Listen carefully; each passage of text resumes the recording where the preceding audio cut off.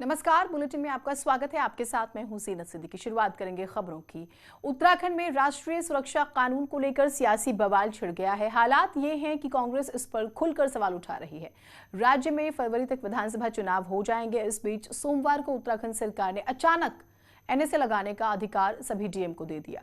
कांग्रेस इस फैसले से खुश नहीं है, लेकिन ऐसा क्यों हुआ है वो भी देखें आप।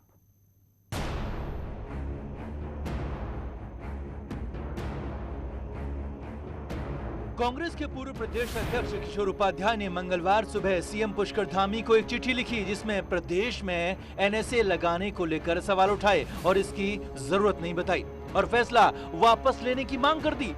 विधानसभा चुनाव में अब लगभग 4 महीने बचे हैं। अब इससे पहले राष्ट्र विरोधी तत्वों पर राष्ट्रीय सुरक्षा कानून लगाने का अधिकार सभी डीएम को देना विपक्ष की धड़कन तेज कर रहा है। जनसंख्या आंकड़ों के मुताबिक उत्तराखंड में करीब 18% अल्पसंख्यक हैं, जिसमें 14% के आसपास मुस्लिम। वहीं पूर्व मुख्यमंत्री और कांग्रेस नेता हरीश रावत सधे हुए अंदाज में बीजेपी पर तंज कसते नजर आए कि ऐसी ताकतों में एक मिला जुला खेल भी चल रहा है ताकि लोकतांत्रिक ताकतों को, विकास की ताकतों को, जन कल्याण की ताकतों को आगे ना आने दिया जा सके और ऐसी ताकतें आपस में जो है एक दूसरे की पीठ खुजला करके काम चला रही है। बहुत ही विनम्रतापूर्वक सभी राजनीतिक दलों से भी, सिविल सोसाइटी से भी और मुख्यमंत्री जी से कि वो अपने इस आदेश को वापस लें और मेरे ख्याल से इस समय वही समीचीन भी होगा और उनकी गरिमा को भी बनाए रखने का काम करेगा। राज्य के 2 बड़े जिले हरिद्वार और उधमसिंह नगर में अकेले 20 विधानसभा सीटें हैं। 2017 के चुनाव में बीजेपी ने इन जिलों में 16 सीटें जीती थी, जिनमें वो 2 सीटें भी शामिल हैं जहां से हरीश रावत चुनाव हारे थे। चुनाव में ध्रुवीकरण का डर कांग्रेस को अब सता रहा है, लेकिन पुष्कर धामी कहते हैं कि फैसले व्यवस्था बनाए रखने के लिए लिए गए हैं। प्रदेश के अंदर जो व्यवस्था बनाने के लिए जो जरूरी होगा वो सब काम किया जाएगा। हम वार्ता भी करेंगे और वार्ता से बात नहीं बनेगी तो जो काम जरूरी है वो काम होंगे। कुछ दिनों पहले सरकार ने अफसरों को ऐसे लोगों की लिस्ट बनाने के लिए कहा था जो एक समुदाय विशेष से हैं और अपनी गतिविधियां बढ़ा रहे हैं। वहीं कांग्रेस के रणनीतिकार अब इसी बात पर फोकस कर रहे हैं कि इस मुद्दे की काट लाएं तो क्या लाएं। दीपांकर भट्ट के साथ सुनील प्रभात, न्यूज 18 देहरादून। एनएसए यानी राष्ट्रीय सुरक्षा कानून क्या होता है? देश की सुरक्षा में रोड़ा बनने पर गिरफ्तारी, कानून व्यवस्था में बाधा डालने पर गिरफ्तारी, आवश्यक सेवा की आपूर्ति में बाधा बनने पर कार्रवाई, जमाखोरों पर भी कार्रवाई का अधिकार है। एनएसए के तहत 3 महीने तक किया जा सकता है गिरफ्तार। 3 महीने की अवधि बढ़ाने का पुलिस को अधिकार होता है। अब सवाल ये है कि कहीं सरकार की नजर चुनाव पर तो नहीं है, क्योंकि कांग्रेस तो यही सवाल उठा रही है। हरिद्वार की बात करें, उधमसिंह नगर की बात करें, मुस्लिम आबादी ज्यादा है। दोनों जिलों में मिलाकर कुल 20 सीटें। 2017 में बीजेपी यहां से 16 सीटें जीती थी। हरीश रावत भी यहीं से 2 सीटों पर हारे। अब तराई में किसान बीजेपी के विरोध में हैं। हरिद्वार में भी गन्ना किसानों का विरोध चल रहा है। तो कुल मिलाकर इसी से जोड़कर इस फैसले को विपक्ष देख रहा है। सुनील नवप्रभात हमारे साथ, हमारे सहयोगी जुड़े हुए हैं, बात करते हैं उनसे। सुनील, जैसे ही कल ये फैसला आया तब भी समझ में आ गया था कि विपक्ष इस पर सवाल उठाएगा। आज हम अलग अलग जगहों पर कांग्रेस के प्रदर्शन की तस्वीरें भी देखी हमने। सरकार का फैसला तो आ चुका है, अब आगे क्या?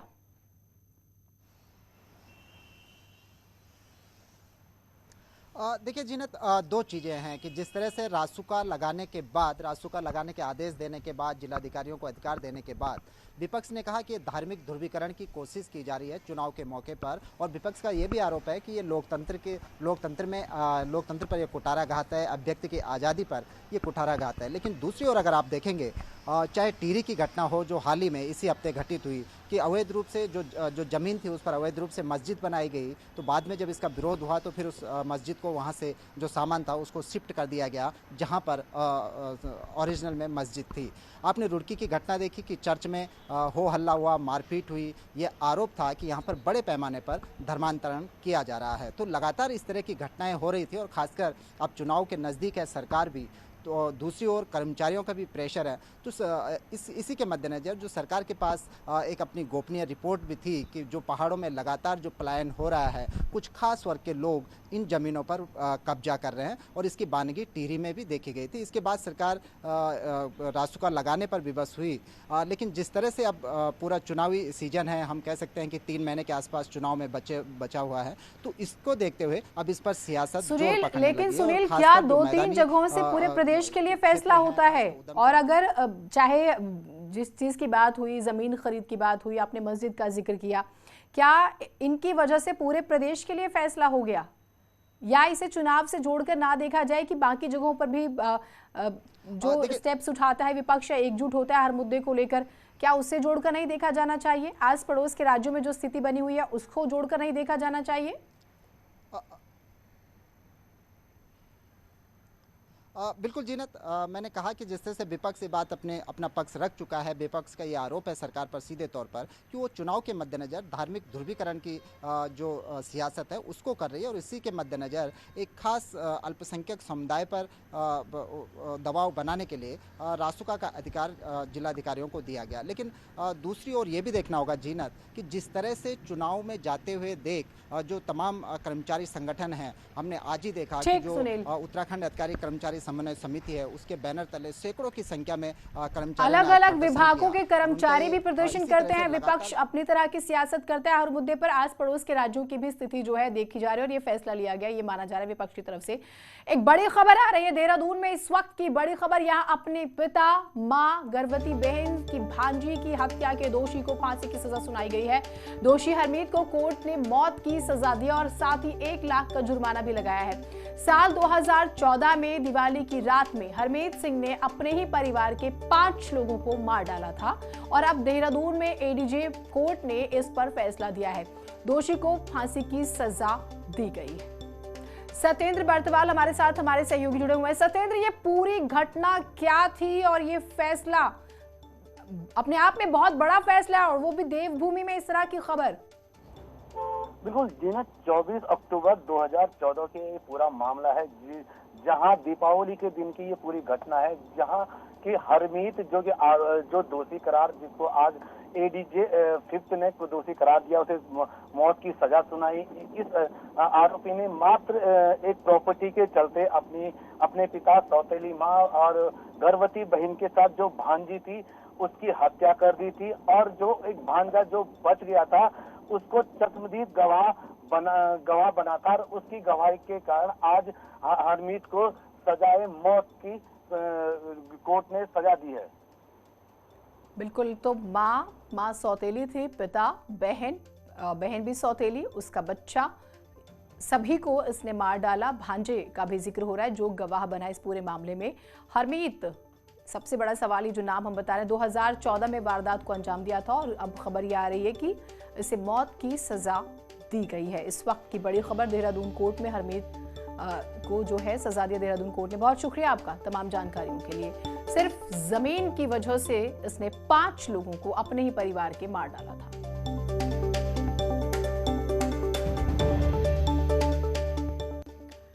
और उत्तराखंड की खबरों के बीच एक बड़ी खबर लखीमपुर हिंसा से जुड़ी आ रही है। केंद्रीय गृह राज्य मंत्री अजय मिश्रा दिल्ली तलब किए गए, अमित शाह से मुलाकात करेंगे। संघ के कुछ लोगों से भी मिल सकते हैं। गृह मंत्री को देंगे पूरी घटना की डिटेल। घटना सामने आई, उनके बेटे का नाम आया, आपने देखा किसानों की तरफ से अलग स्टेटमेंट्स आते हैं, अजय मिश्रा की तरफ से अलग स्टेटमेंट्स आते हैं, उनके बेटे की तरफ से भी बातें सामने आती हैं। अब जो वीडियोस आ रहे हैं, सवाल उठ रहे हैं, उसके बाद से दिल्ली तलब किया गया, क्योंकि विपक्ष तो सीधा इस्तीफा मांग रहा है। किसानों की तरफ से भी आपने देखा कि इनके खिलाफ एफआईआर दर्ज हो, इनकी और इनके बेटे की गिरफ्तारी हो, ये भी मांग की कुछ किसानों ने, और उसके बाद से अब दिल्ली तलब किया गया है। ये इस वक्त की बड़ी खबर, यानी कि केंद्र नजर बनाए हुए है पूरे घटनाक्रम पर, और आज जिस तरह के वीडियो सामने आए हैं इससे जोड़कर देखा जा रहा है। तो इस वक्त की ये सबसे बड़ी खबर है, दिल्ली तलब किया गया है। गृह मंत्री अमित शाह जो है वह पूरे मामले की रिपोर्ट जो है माना जा रहा है कि दिया जाएगा। अजीत हमारे साथ, हमारे सहयोगी जुड़े हुए। अजीत, चाहे किसानों की बात करें, विपक्ष की बात करें, वो यही मांग कर रहे थे कि इन्हें पद से हटाया जाए, इस्तीफा दें और बेटे की गिरफ्तारी। क्या ये वो दबाव है या फिर केंद्र भी नजर बनाए हुए पूरे घटनाक्रम पर और इसलिए बुलाया गया है?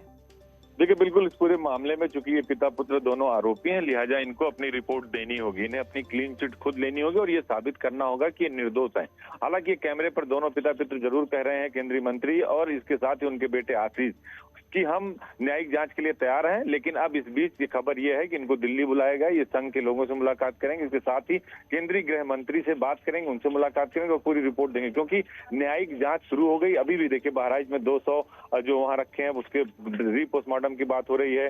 कहा जा रहा है डॉक्टरों का पैनल पीएम करेगा। दूसरी तरफ यहाँ भी अभी राकेश टिकैत यहाँ मौजूद है, प्रियंका गांधी स्टे किए हुई है सीतापुर में, कह रही जब तक वहां नहीं जाने देंगे हम वापस नहीं जाएंगे। तो इन सब की रिपोर्ट उनको देनी होगी और अपनी सफाई अमित शाह के सामने प्रस्तुत करनी होगी। ठीक, बहुत शुक्रिया आपका तमाम जानकारियों के लिए। राज्य की सियासत से जुड़ी एक और बड़ी खबर है। विधायक बीजेपी में जा सकते हैं एक और। भीमताल से निर्दलीय विधायक राम सिंह कैड़ा जल्द ही बीजेपी का दामन थाम सकते हैं। विधायक कैड़ा ने बीजेपी प्रदेश अध्यक्ष मदन कौशिक से यमुना कॉलोनी स्थित उनके आवास पर मुलाकात भी की। दोनों नेताओं के बीच लंबी बातचीत भी हुई है। मदन कौशिक के आवास पर न्यूज 18 से बातचीत में राम सिंह कैड़ा ने हाल ही में बीजेपी में शामिल हुए 2 विधायकों को लेकर कहा, हर व्यक्ति चाहता है कि जो पेड़ छायादार हो उसके नीचे बैठे। कैड़ा ने सीएम पुष्कर धामी की तारीफों के पुल बांधे। कहा, पिछले 3 महीने में उनके कार्यकाल में ऐतिहासिक काम हुए हैं। इस जुगलबंदी से माना जा रहा है कि वो अब जल्द ही बीजेपी का दामन थाम सकते हैं। बीजेपी में इसके लिए पूरी तैयारियां भी हो चुकी हैं।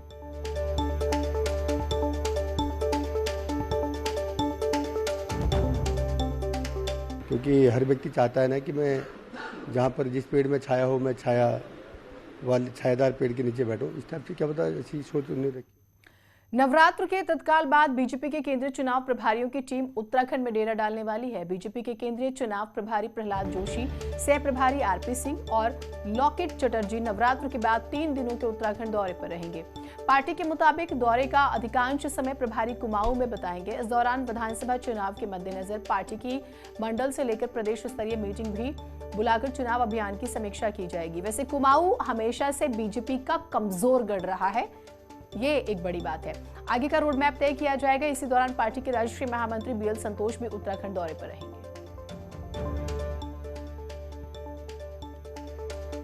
हमारे जो चुनाव के प्रभारी और सह प्रभारी हैं, इसी महीने उनके एक बड़ा प्रोग्राम उत्तराखंड को लेकर हम बना रहे हैं। इसी प्रकार से जो आदरणीय महामंत्री संगठन उनका भी प्रोग्राम है। तो संगठन की दृष्टि से, चुनाव की दृष्टि से जो हम लोगों ने एक रोड मैप है उसके अनुसार हम लोग इसी महीने में नवरात्रों के बाद अपने सभी नेताओं के एक विस्तृत कार्यक्रम उत्तराखंड को लेकर बनाया हमने। कुमाऊं पर बीजेपी की भी नजर रहेगी। कुमाऊं रीजन में आते हैं 6 जिले, अल्मोड़ा, बागेश्वर, चंपावत, नैनीताल, पिथौरागढ़ और उधम सिंह नगर। ये कुमाऊं से आते हैं। सीएम पुष्कर धामी की बात करें, वो भी ये चाहते हैं कि यहाँ भी पार्टी मजबूत बने। एक छोटा सा ब्रेक ले रहे हैं, कहीं न जाइएगा।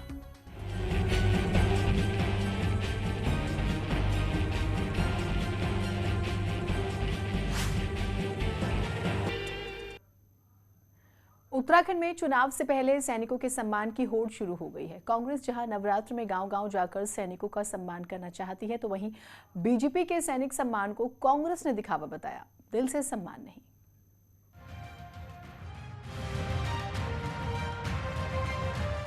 सैनिक बहुल राज्य उत्तराखंड में चुनाव नजदीक आते ही सैनिक एजेंडे पर आ चुके हैं और 7 अक्टूबर से शुरू हो रहे नवरात्र में कांग्रेस राज्य के सैनिकों का सम्मान करेगी। कांग्रेस के इलेक्शन कैंपेन कमेटी के चेयरमैन हरीश रावत का कहना है कि सैनिकों का ये सम्मान गांव में जाकर होगा। वहीं शहीद सम्मान यात्रा निकालने की बात पर उन्होंने कहा कि बीजेपी सिर्फ दिखावा करती है और कांग्रेस दिल से सम्मान। जगह जगह जाकर के सारे राज्य भर में अपने पूर्व सैनिकों, वर्तमान सैनिकों, सैनिक परिवारों और शहीदों के परिवारों का सम्मान करेंगे। उनके ज़्यादा काम जो है सिंबॉलिक होते हैं, एक प्रतीकात्मक होते हैं, लेकिन हम लोग सम्मान दिल से करना चाहते हैं क्योंकि वो अभूतपूर्व विजय थी। कांग्रेस के सैनिकों के सम्मान का प्रोग्राम ऐसे वक्त पर बना है जब बीजेपी सैन्यधाम के लिए शहीद सम्मान यात्रा निकालने जा रही है, जिसकी शुरुआत पिथौरागढ़ से रक्षा मंत्री राजनाथ सिंह और गढ़वाल से रक्षा राज्य मंत्री अजय भट्ट करेंगे। वहीं अजय भट्ट का कहना है कि गांव से कांग्रेस की जड़ें अब उखड़ चुकी हैं। लोगों ने एक किस्म से कांग्रेस के बारे में सोचना ही बंद कर दिया है। वो वर्तमान में कुछ भी नहीं है, पहले थी वो भूत हो चुकी है, वो अब भविष्य में उसका कोई भविष्य नहीं होने वाला है। इसलिए वो अपनी जड़ों को देखने के लिए जा रहे हैं। जड़ें पूरी तरह से हिल गई हैं और जड़ों में कुछ भी है नहीं। उत्तराखंड में सैनिक और पूर्व सैनिकों की संख्या करीब 3 लाख है। ऐसे में सैनिकों को साधने की कोशिश दोनों तरफ से हो रही है, जिसमें कोई गांव जाने को तैयार है तो कोई सम्मान में यात्रा निकालने को। दीपांकर भट्ट, न्यूज़ 18, देहरादून। सैनिक वोट पर सियासी नजर क्या है वो समझिए पहले। प्रदेश में 3 लाख के करीब सैनिक हैं, पूर्व सैनिक हैं। बीजेपी का सैनिकों के साथ का दावा है, बीजेपी सैन्य सम्मान यात्रा निकालेगी। कांग्रेस जो है वो गांव में जाकर उनका सम्मान करेगी। कुल मिलाकर माना जा रहा है चुनाव है तो वोटों के लिए सब कुछ हो रहा है। एक ब्रेक ले रहे हैं, कहीं मत जाइएगा।